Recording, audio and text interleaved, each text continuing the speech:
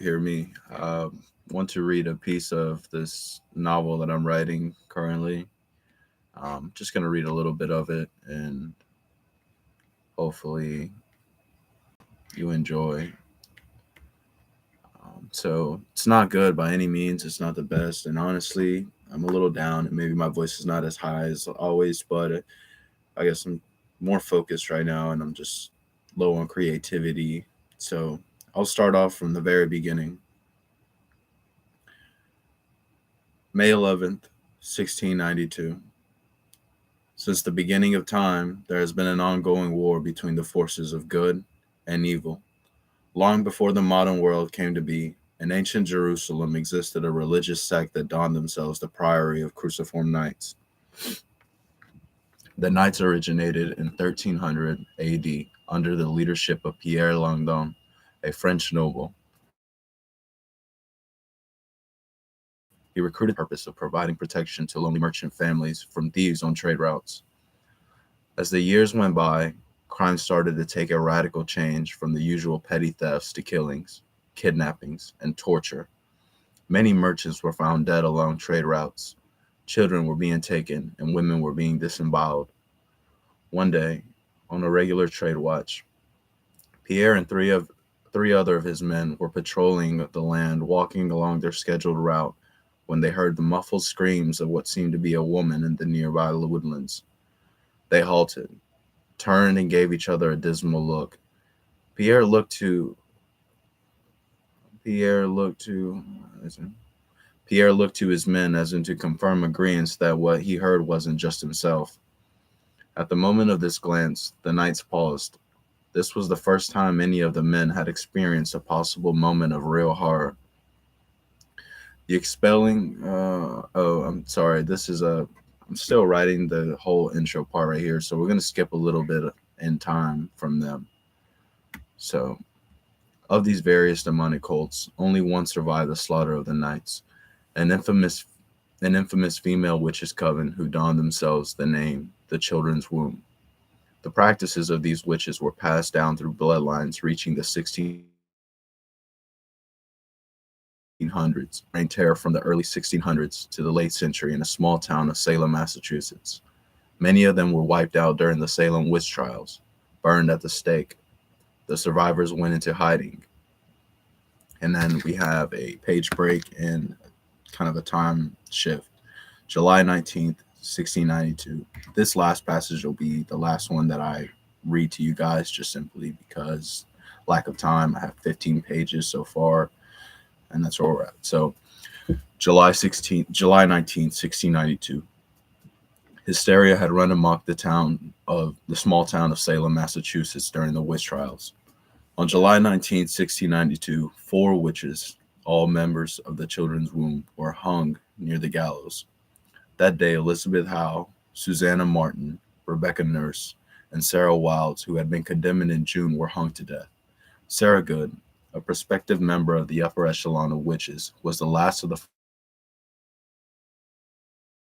four witches to be impressed by Salem's Reverend Nicholas Noyes to confess. Sarah Good responded, "I am no more a witch than you are a wizard, and if you take away my life, God will give you blood to drink." Her words spoke volumes when he collapsed and died later of a brain hemorrhage. Following the trials, the coven no longer had the same opportunity to be about in daylight, so they crept in the shadows and practiced their arts at night. The coven had a mission to bargain with an ancient demon for eternal life. They believed the sacrificial right of innocent souls derived from that of newborns and children would gain them that right. They would abduct children in the night and sacrifice their bodies to a demon by the name of Lamashtu. Lamashtu was a female demon entity. Excuse me, my braces. Lamashtu was a female demon entity, a malevolent goddess of evil who was known to menace women during childbirth and, if possible, kidnap their children while they were breastfeeding. In ancient texts, Lamashtu was known to bore seven witches named Lamashtu would feed on children, gnaw their bones, and drink their blood. The coven of the Children's Womb came across a diary of Lamashtu, the last ancient known text to be her cookbook of spells.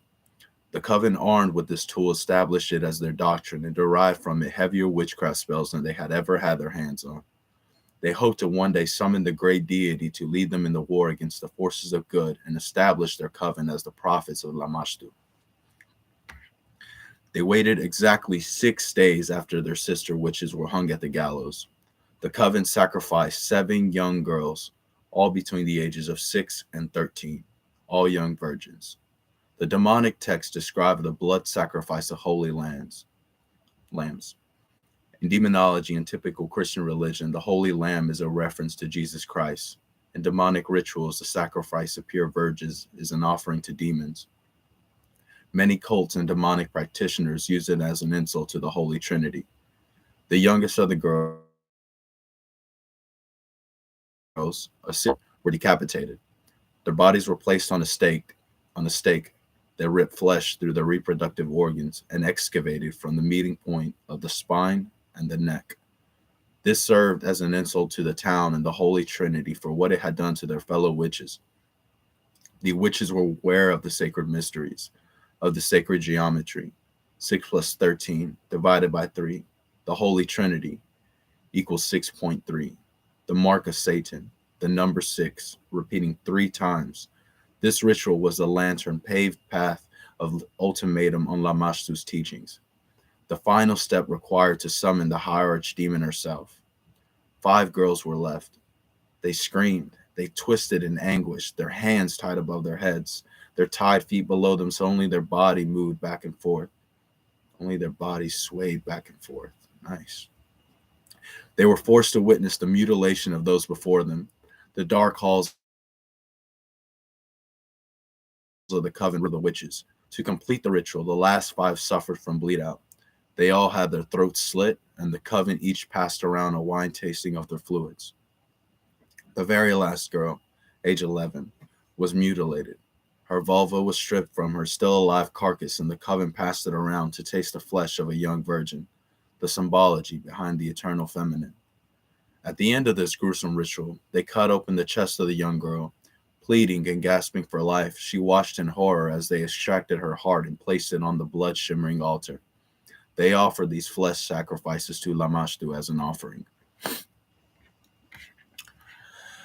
So I'll end it there. We have 15 pages, and that was only like a page worth.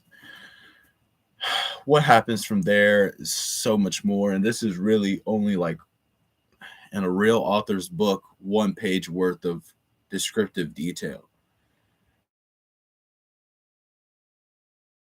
But writing this novel is that imagination and creativity moves beyond our realm, because I don't know what came to me that decided to write a novel, but once I started, I realized that I was creating a story, and the more that I went into detail, it seemed like the story itself would start to create itself.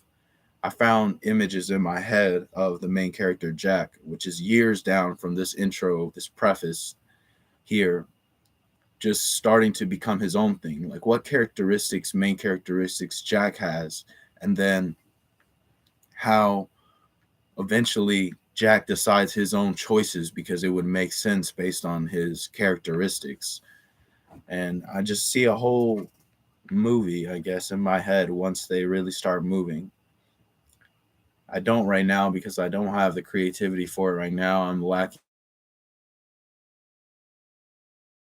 that groove, but it's real interesting to see what you can really do with creativity, and props to all authors out there, because it takes a lot of, I don't even know what to call it. It's just a feeling of weirdness.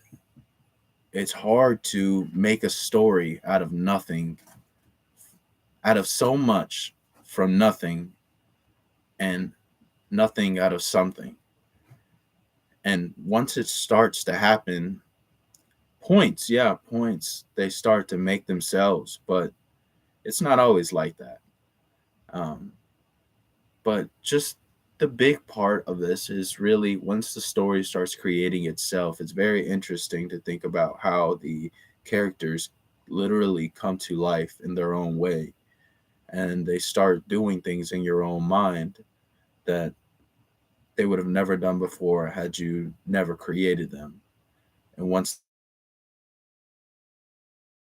they start doing an antagonist or protagonist role in the novel, and their own energy, their own positive, negative energy, and different decisions make them responsible for the very next action that they'll partake in. Um, I really recommend for you to try. It's beautiful. I mean, movie directors do this, songwriters do this, and they paint that picture in other people's heads. But where does that come from? Where does that come from? That is a question I don't know yet. But I wish I could figure out more so I could really get down to this writing. Anyways, that's just a piece of this psychological horror love story. We're nowhere near the horror but we're getting there. Just wanted to share this piece, maybe as just as an update, and maybe an update to myself. If you watch this later in a couple years, and by that time, maybe you finish more of the novel. Hopefully, you can tell me something that I don't know.